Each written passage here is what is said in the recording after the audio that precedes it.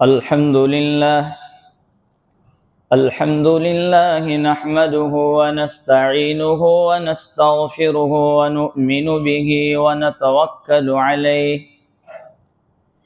ونعوذ بالله من شرور أنفسنا ومن سيئات أعمالنا من يهده الله فلا مضل له ومن يضلله فلا هادي له ونشهد أن لا إله إلا الله وحده لا شريك له ونشهد أن سيدنا ومولانا محمدا عبده ورسوله صلى الله تعالى عليه وعلى آله وأصحابه وسلم تسليما كثيرا كثيرا وداعيا إلى الله بإذنه وسراجا منيرا أما بعد فأعوذ بالله من الشيطان الرجيم بسم الله الرحمن الرحيم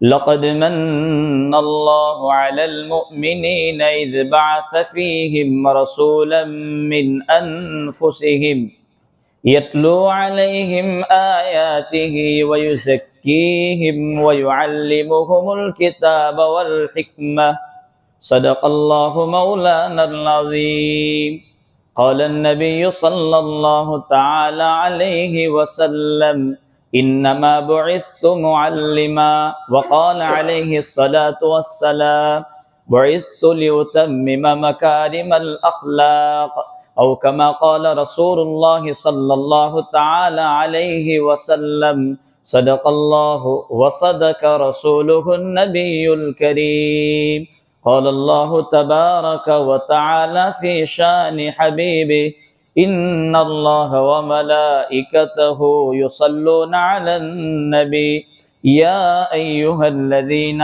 آمنوا صلوا عليه وسلموا تسليما اللهم صل على سيدنا محمد وعلى آل سيدنا محمد وبارك وسلم.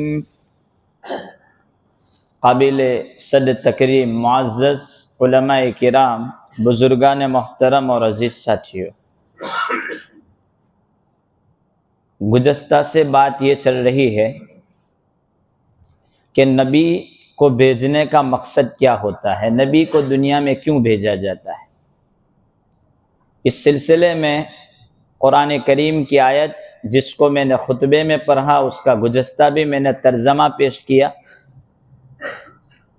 کہ ایک تو یہ کہ لوگوں کو اللہ رب العالمین کی آیتیں یعنی قرآن سناویں، لوگوں کو اللہ تبارک و تعالیٰ کی معرفت کرواوے، پہچان کرواوے، علم سکھلاوے. دوسرا مقصد وَيُزَكِّيهِمْ، لوگوں کے کیریکٹر کو ٹھیک ٹھاک کیا جائے، اخلاق کو درست کیا جائے. انہی دو باتوں کو رسول اللہ صلی اللہ تعالی علیہ وسلم نے بھی حدیث شریف میں بیان فرمایا کہ مجھے دنیا میں کیوں بھیجا گیا. دونوں مقاصد بیان کیے کہ میں ایک سکھلانے والا بنا کر بھیجا گیا، اور ایک حدیث میں ہے کہ میں ایک اخلاق کو مکمل کرنے کے لیے، مکارم اخلاق کی تکمیل، سب سے اچھے کیریکٹر کو مکمل کرنے کے لیے، پورا کرنے کے لیے میں بھیجا گیا ہوں. یہ دو مقصد بیان کیے گئے. گزشتہ میں عرض کر چکا کہ دونوں چیزیں ایسی ہے کہ دو میں سے ایک بھی چیز نہ ہو تو وہ قوم ترقی نہیں کر سکتی، وہ قوم آگے نہیں بڑھ سکتی. علم کی بھی ضرورت ہے، نالج کی ضرورت ہے، ایجوکیشن کی ضرورت ہے، وہاں پر اچھے کیریکٹر کی بھی ضرورت ہے. اگر کیریکٹر ٹھیک ٹھاک نہیں ہے تو بھی کوئی قوم ترقی نہیں کر سکتی، علم نہیں ہے تو بھی کوئی قوم ترقی نہیں کر سکتی. گزشتہ اس پر کافی لمبی بات 2 ہفتوں سے ہوئی، اور نبی پاک صلی اللہ تعالی علیہ وسلم کی 5 صفات جس کو حضرت خدیجہ رضی اللہ تعالی عنہا نے بیان فرمایا، اس پر بھی آپ کے سامنے بات ہوئی ہے. اب ان 2 چیزوں میں غور و فکر کریں گے، سوچیں گے تو پوری انسانیت کا نظام سمجھ میں آ جائے گا. پوری انسانیت کا نظام، پوری دنیا کا نظام گویا یہی دو چیزیں ہیں، ایک تو علم اور دوسرا کیریکٹر۔ بندے کے تعلق دو چیزوں سے ہیں، دنیا میں جو انسان آیا اس کا تعلق دو چیزوں سے ہے، ایک تو جس خدا نے اس کو وجود دیا، اس کو پیدا کیا، وہ دنیا میں آیا، اس کے ساتھ ایک تعلق، ایک کنیکشن، کہ اس نے زندگی دی اور پوری زندگی گزار کر کے مر کر کے اسی کے پاس جانا ہے، یہ ایک کنیکشن اس کا اپنے رب کے ساتھ۔ اور دوسرا کنیکشن بندے کا دنیا والوں کے ساتھ، دنیا کے جو لوگ رہنے والے ہیں، مخلوقات ہیں، ان تمام لوگوں کے ساتھ تعلق، یہ اس کا دوسرا تعلق۔ یہ دو چیزیں ذکر کی گئی دو آیتوں میں، ان آیتوں میں یہی بات کا اشارہ ہے، اور نبی پاک صلی اللہ علیہ وسلم نے اسی کو بیان کیا، جس کو کتابوں میں حقوق اللہ اور حقوق العباد سے بیان کیا جاتا ہے۔ حقوق اللہ یعنی اللہ تبارک و تعالیٰ کا حق ادا کرنا، اس کے ساتھ کسی کو شریک نہیں کرنا، کہ نبی یہی سکھلاتے ہیں کہ اس کے علاوہ کسی کے سامنے تیرا ماتھا تو نہیں ٹیک نہیں سکتا، کیونکہ یہ بڑی قابل احترام چیز ہے، اللہ تبارک و تعالیٰ کے سامنے تیرا ماتھا ٹیکنا ہے، یہ بات بتلائی گئی۔ ایک تو حقوق اللہ بتلایا اور دوسری طرف حقوق العباد بتلایا۔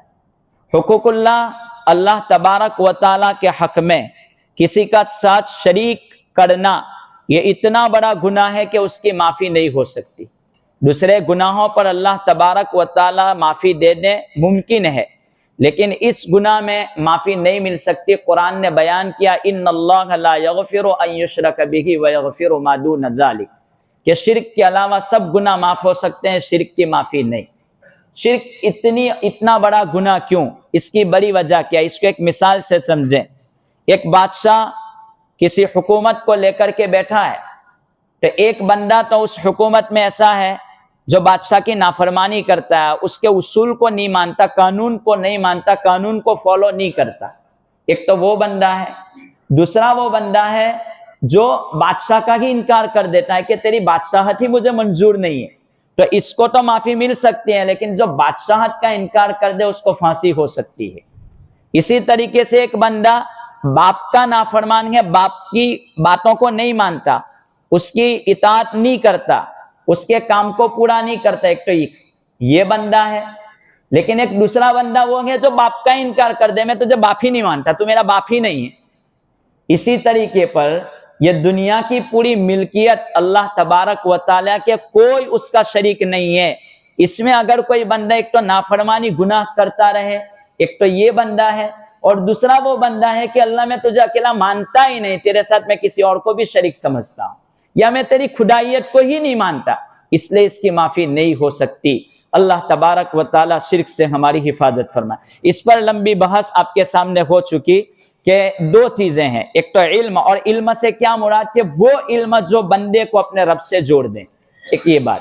اب دوسری چیز ہے اخلاق اور کیریکٹر، اس پر باتیں ہوئی ہمارے سامنے۔ اب کیریکٹر میں بہت ساری چیزیں ہیں کہ بندہ لوگوں کے ساتھ اپنے تعلقات کو ہموار کریں، اس میں گزشتہ رشتہ داروں کے ساتھ کیسے رہنا، اسی طریقے پر سماج، سوسائٹی، معاشرے میں آدمی کس طرح زندگی گزارے گا، اس سلسلے میں بات آئی۔ گویا ان دو باتوں میں دو چیزیں ہیں، ایک معاملات اور معاشرت، یعنی معاملات کی لین دین آدمی کے ساتھ کیسے ہوگی۔ تب دنیاوی ضرورتوں میں جن دنیا والوں کے ساتھ بندے کو زندگی گزارنی ہے، اس میں بڑی اہم ضرورت انسان کی روزی کی ہے، بڑی اہم ضرورت انسان کی وہ ہے کہ اس سے گزر بسر اس کا ہو سکے۔ اب گزر بسر کے بہت سارے طریقے ہیں، ان طریقوں میں ایک طریقہ اہم وہ تجارت کا طریقہ بھی ہے، کہ ان تجارت کے طریقوں میں بھی آدمی کو اپنے کیریکٹر کو ٹھیک ٹھاک اور درست رکھنا ہے، کہ آدمی اس میں رہ کر کے بہت آگے بڑھ سکتا ہے، دنیا کے ساتھ ساتھ آخرت کا بھی بھلا اس کا ہو سکتا ہے۔ لیکن اگر تجارت میں آدمی دھوکہ دے کر کے 5 وقتہ نماز کی پابندی کریں، تو وہ آدمی دھوکے کے علاوہ کوئی چیز دیکھ نہیں سکتا ہے۔ اسی لیے رسول اکرم صلی اللہ تعالی علیہ وسلم نے نبوت سے پہلے تجارت بھی کی، اور تجارت کے ذریعے سے لوگوں کو دین سکھلایا، اور ہندوستان کا علاقہ سمندری کناروں کا جو علاقہ ہے اس میں بھی اسلام جو پہنچا ہے وہ تجارت کے ذریعے پہنچا ہے۔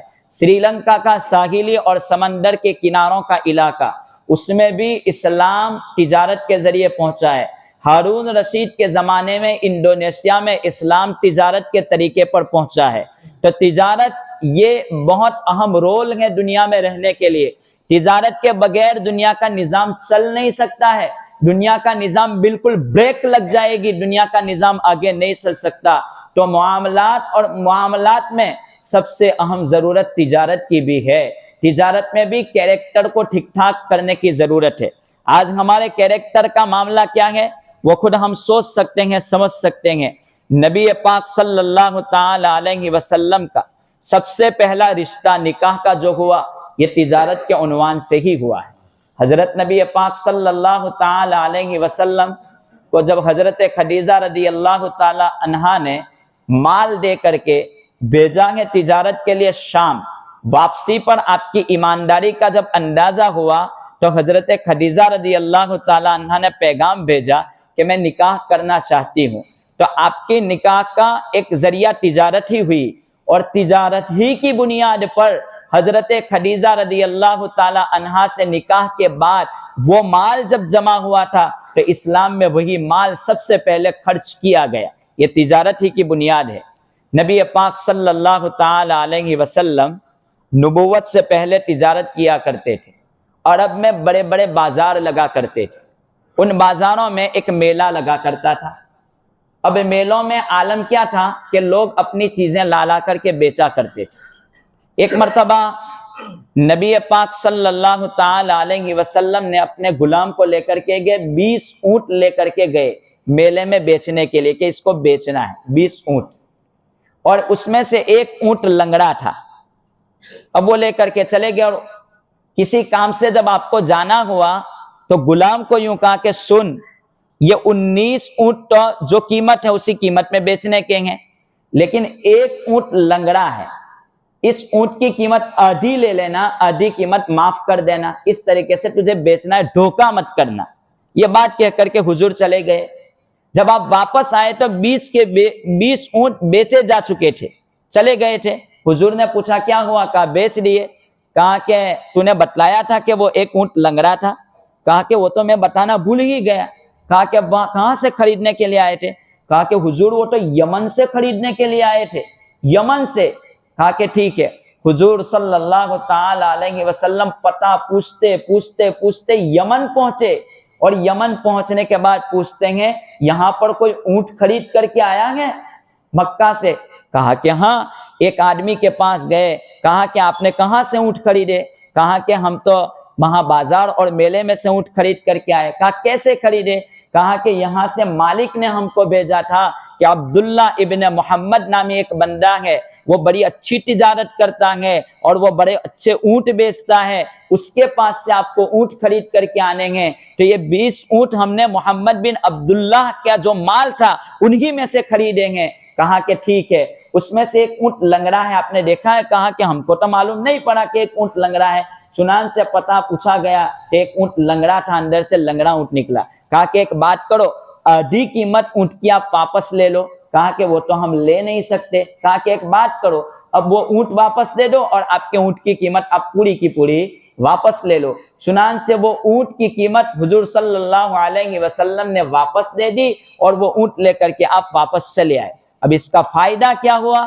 رسول اکرم صلی اللہ تعالی علیہ وسلم نے نبوت کا جب اعلان فرمایا کہ یمن کا جو بادشاہ، یمن کا جو مالک تھا یہ اونٹوں کا، اس مالک نے اس کو خبر پہنچی کہ مکہ میں ایک محمد نامی آدمی نے یہ نبوت کا دعویٰ کیا ہے اور کہا کہ میں اللہ کا نبی ہوں، کہا کہ وہ محمد بن عبداللہ، کہا کہ مجھے تو ان کی تجارت سے ہی اندازہ ہو گیا تھا کہ یہ کوئی عام آدمی نہیں ہو سکتا، یہ کوئی بڑا آدمی ہے۔ چنانچہ وہ روانہ ہوا مکہ کے لیے وہ آدمی، اور مکہ آ کر کے حضرت نبی پاک صلی اللہ تعالی علیہ وسلم سے اس بندے نے کہا کہ میں اب کلمہ پڑھتا ہوں، میں تو اسی وقت آپ کو پہچان گیا تھا کہ یہ اللہ کے نبی ہو سکتے ہیں، کوئی بڑا آدمی ہو سکتا ہے، چھوٹا آدمی نہیں ہو سکتا۔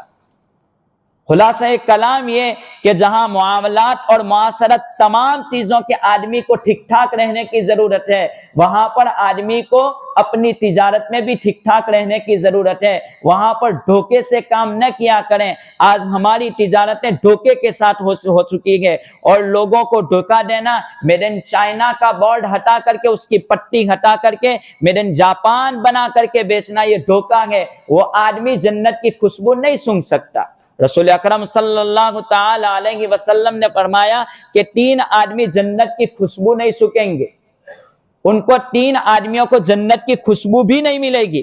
وہ 3 آدمی کون ہے؟ رسول اکرم صلی اللہ تعالی علیہ وسلم نے بتلایا، منان، یعنی وہ آدمی جو احسان کر کے جتلانے والا ہو۔ کسی پر کوئی احسان کیا، اس کو جتلاوے کہ میں نے تھوڑی مدد نہیں کی تھی، میں نے تیرا فلاں کام نہیں کیا تھا، میں نے یہ کام نہیں کر دیا تھا، یہ جتلانے والا وہ آدمی جنت کی خوشبو تک نہیں سونگے گا، اس کو نہیں ملے گی جنت کی خوشبو، وہ پہنچ نہیں سکتا ہے۔ دوسری بات رسول اکرم صلی اللہ تعالی علیہ وسلم نے فرمائی، وہ بندہ کہ جو قسم کھا کر کے لوگوں کو دھوکے کے ساتھ مال بیچتا ہے، وہ آدمی بھی جنت کی خوشبو نہیں سونگ سکے گا۔ اور تیسرا وہ آدمی جو شراب کا عادی ہو، شراب پینے والا ہو، توبہ نہیں کرتا، وہ آدمی بھی جنت کی خوشبو نہیں سونگ سکتا۔ یہ رسول اکرم صلی اللہ تعالی علیہ وسلم نے فرمایا۔ آج ہم کہتے ہیں کہ مسلمانوں پر کوئی بھروسہ نہیں کرتا، ہماری تجارتوں میں زیادہ تر دھوکے ہو چکے ہیں۔ آپ ایک غیر مسلم کی دکان پر کوئی چیز خریدنے کے لیے جاؤ اور ایک مسلمان کی دکان پر کوئی چیز خریدنے کے لیے آؤ، مسلمانوں نے اپنے جو اخلاق بگاڑے، اس کا نقد نقصان یہ ہوا، اس کا کیش نقصان یہ ہوا ہے کہ ہمارے اخلاق اس طریقے سے برباد ہو چکے کہ آج ہم سے زیادہ لوگ غیروں پر بھروسہ کرنے لگے۔ سب سے بڑا نقصان یہ ہوا۔ وعدہ خلافی تجارتوں میں سود اور کے لین دین کے کاروبار، یہ تمام چیزیں عام ہو چکی۔ اب تو لوگ ہیلے حوالے کر کے سود کو جائز قرار دیتے ہیں کہ اب کیا کریں، اس کے بغیر تجارت چل ہی نہیں سکتی۔ حضرت نبی پاک صلی اللہ تعالی علیہ وسلم نے آج سے 1400 سال پہلے اس بات کو بیان کیا تھا کہ لوگ تجارت میں اس طرح گھس جائیں گے کہ کوئی بندہ سود سے باقی نہیں رہے گا، الا یہ کہ کوئی بندہ بکری لے کر کے پہاڑ میں چلا جاوے، اس کا دودھ پی لے، وہی آدمی سود سے بچ سکتا ہے، ورنہ کوئی سود سے بچ نہیں سکتا۔ بہت ساری شکلیں صورتیں ہو سکتی ہے، لیکن بعض لوگ تو بس کہ ہمارا تجارت اس طریقے سے چلانا ہے، چلاتے ہیں۔ حضرت عبداللہ بن ابی الحمیسہ رضی اللہ تعالیٰ عنہ فرماتے ہیں کہ زمانے جاہلیت میں رسول اللہ صلی اللہ تعالی علیہ وسلم کے ساتھ کسی کاروبار میں میری لین دین ہوئی کہ کچھ پیسے مجھے دینے کے تھے حضرت نبی پاک صلی اللہ علیہ وسلم کو۔ میں نے آپ سے کہا کہ آپ یہاں کھڑے رہیں، میں ابھی گھر سے رقم لے کر کے آتا ہوں۔ کہا کہ ٹھیک ہے۔